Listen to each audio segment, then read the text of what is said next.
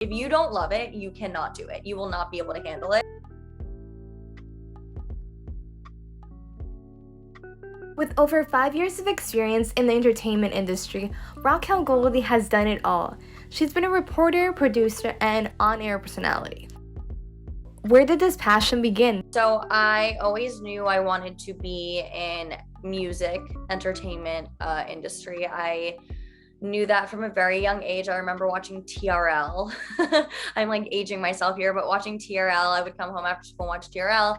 And I was just really infatuated with how the VJs were kind of the connection between the artist and the fan. And I feel like, I don't know, for whatever reason, I was obsessed with that. And I always wanted to, listen to the artist interviews and was just really interested in what the artist had to say and how their song came about and just kind of everything. So I knew that I wanted to somehow work or do that when I got older. And I kind of just always somehow stayed in that lane. In 2015, Racquel graduated from FAU with a bachelor's degree in multimedia journalism and a minor in theater. She describes her college experience as memorable. So I actually wasn't supposed to go to FAU. I was actually supposed to go to the University of Alabama. And the year that I graduated high school, 2011, they had the really bad tornadoes, unfortunately, kind of destroy Tuscaloosa, where the school was. And I remember boarding a plane to New York for school, for high school. We were going to sing in Carnegie Hall, like for chorus, no big deal, casual. And I remember my parents being like, you need to look at the news in the airport right now. And it was literally William and Kate's wedding on one TV and just like global news showing Tuscaloosa being completely devastated. And I was standing in the airport in Fort Lauderdale and just being like, I don't know where I'm going to college. Like, I don't know what's happening. Tuition was due. And as soon as I got back, we toured FAU. And it was just really, I don't know, it was really nice. Like, I definitely gelled and vibed with FAU. I loved how like bright it was and pretty. It was by the beach. And I grew up in South Florida. So I knew, if my family was going to be close by. Yeah, and that's kind of it. Was almost like FAU fell into my lap. Throughout her career, Racquel has been an in-arena pregame host for the Florida Panthers, on-air personality for the afternoon drive on Revolution 93.5, just to name a couple. She recalls the challenges she faced to get her big break in the industry. Yeah, it's kind of crazy. I feel like I've lived nine lives. Honestly, I always say that, especially now, like living in LA and kind of being more behind the scenes in the industry. The Florida Panthers was the craziest moment of my life. I remember sitting in my college dorm, going to hockey games, being like, I want to do that. That'd be really cool. I think I could even expand the role more into digital host, which is what I ended up doing my last season. And I remember auditioning for the Panthers. And it was the craziest thing. It was me, another girl who looked exactly alike, and then 3 guys. And they had never really had, I think, the dynamic of 2 hosts before at one time. So I knew that they were kind of toying with the idea, just from, you could tell like they were pairing different people together, but it was just the most fast-paced audition I've ever had. And I grew up, like I said, dancing. I had been signed to an agency for dancing, acting, modeling. I'd been some crazy auditions before. Like, that audition was still one of the craziest auditions I've ever had, because it was like a game. We were basically had a mock game, but there was no one in the arena that fit like 25,000 people or however the BB&T Center fit. And you were just like going from hit to hit, person to person, running around the arena and pretending like you were doing an intermission game. And it was just so insane. I remember being so emotionally exhausted after the audition and being like, I have no idea what I just did, or even if I did anything well, but like, I don't know. And I actually didn't even, most people don't know this, I didn't get the job at first. Actually, I was called and said, we want to keep you basically on in our mind, which I was like, oh yeah, you guys are just being nice, you don't care. And then I was at a game, it was like March, I want to say, which the season ends in April, before, if you don't make it to playoffs. And I remember sitting at a game and they kept putting me on the Jumbotron. Like, so I was just like dancing and doing my thing and like, I don't care. I was auditioning to be the in-arena host, like, hello. And the guy who was the host, Aaron Shapiro, who actually hosts FAU football games, who I'm now really close with, full circle, we're all connected, came over to me and he was like, they kept, saying in my earpiece to put you on the Jumbotron. And I was like, okay, I mean, I'm cool. Like, I don't know what that means. Okay.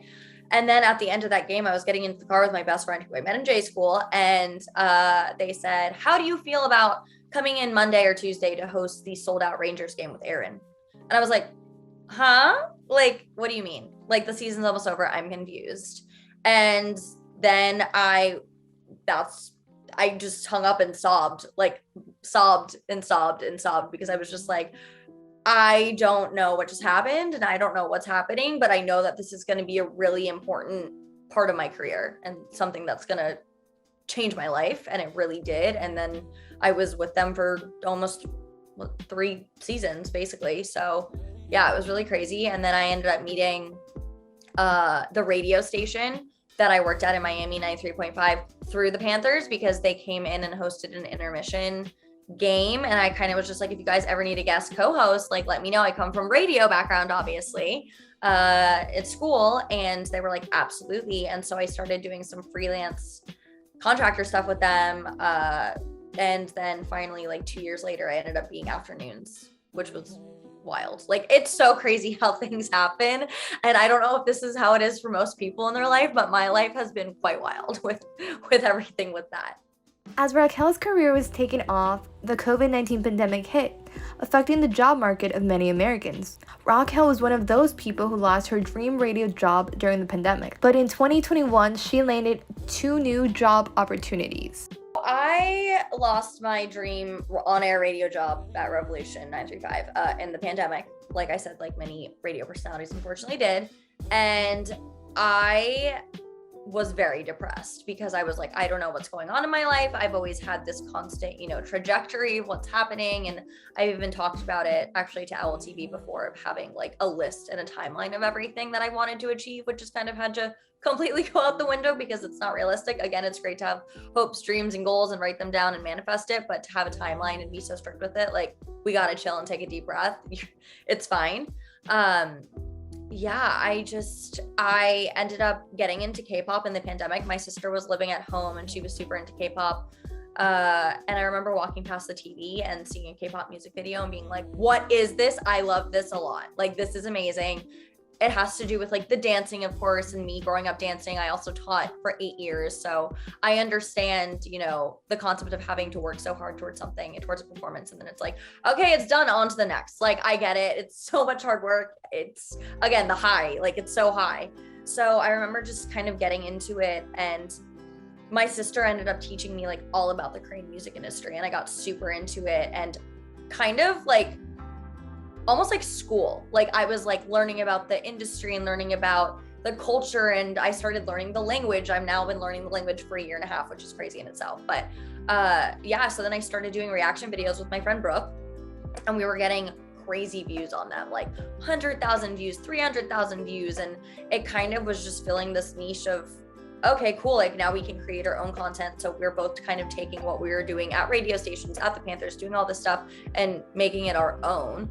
And then she ended up moving to LA almost like a year before I did. So I ended up launching my own channel and starting to do reactions and bringing in my friends to them and kind of introducing them to K-pop, which was really cool because by that time the pandemic was just ongoing and not ending anytime soon. So I was like, well, if I'm not going to be able to get an on-air job anytime soon, I might as well create my own content.